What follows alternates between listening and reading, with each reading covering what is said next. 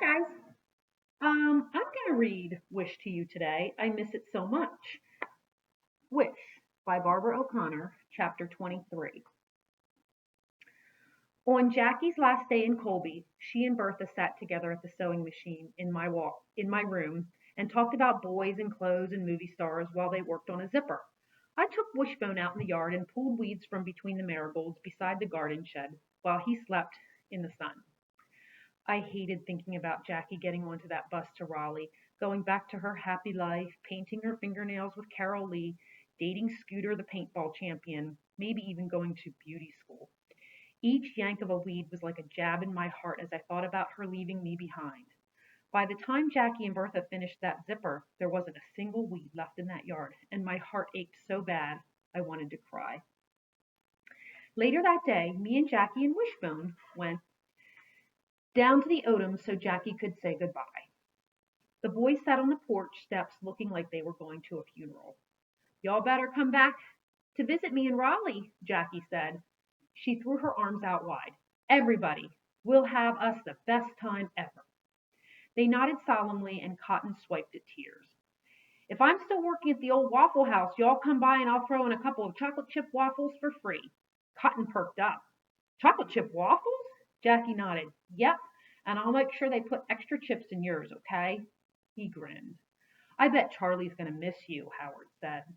Jackie put her arm around my shoulder. Well, I'm going to miss her too. But she can come visit. Visit? I said.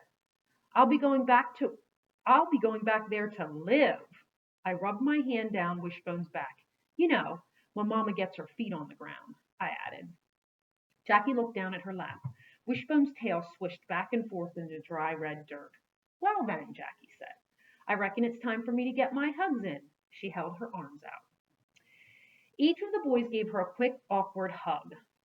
Then Mrs. Odom ran out of the house and said, It was just a joy and a blessing having you here in Colby, Jackie. Then she and Jackie hugged, and we headed back home. That night, Bertha made a special supper of meatloaf with lima beans, fried green tomatoes, and sweet potato pie.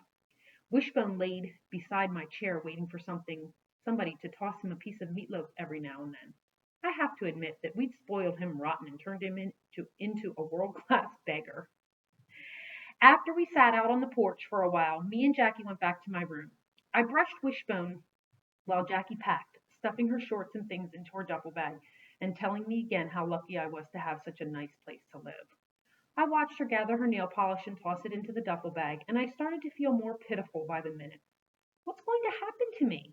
I wanted to ask her, but I didn't.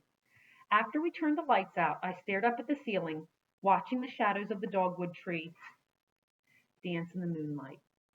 Then I took a deep breath and said, Can I go back to Raleigh with you?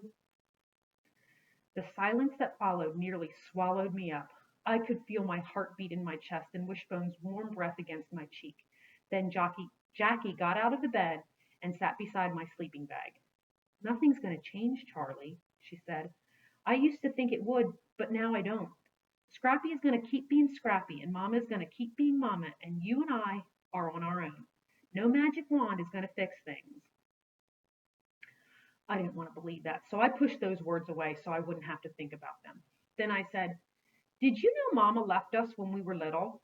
Just ran off with a garbage bag full of clothes to start a new life. Jackie heaved a big sigh. Yes, I did know that. How do you know? When you were 7 years old and your mama waltzes out the door without so much as a goodbye, well, that's something you don't forget. How come you never told me? I said. She put her hand on my back and rubbed in little circles. Because I didn't want you to hate Mama, she said. Do you hate Mama? Nah, she pushed my hair behind my ear. I don't like her very much, but I don't hate her. But why can't I live with you? I asked so quiet it was almost a whisper. Jackie hugged her knees. Charlie, I can't live with Carol Lee forever. I'm saving my money, and me and Wileen Jarvis are getting an apartment together. I can't take care of you like Gus and Bertha can, she said. Shoot, I can barely take care of myself. We sat in silence for a minute. Then Jackie said, You got a good life here, Charlie. You got Gus and Bertha loving you and treating you like a princess. You got all those Odoms thanking the good Lord for you. Then there's Howard, the nicest friend you could ever want. You got these beautiful mountains and a garden and a porch to sit on that's like sitting on the side of heaven. Wishbone kicked his legs and let out a little woof like he was having a doggy dream. Jackie rubbed his stomach. And a dog that loves you like nobody's business. I looked at Wishbone and thought about Bertha saying how dogs love you no matter what, and my heart nearly burst. Don't hate me, Charlie, Jackie said. Hate her? I loved everything about her. I loved the old Jackie and the new Jackie. Why couldn't I tell her that? I guess I hadn't had much practice saying, I love you. So I just sat there in the darkness with Wishbone twitching in his sleep beside me and said, I do like those blue streaks in your hair. See you tomorrow.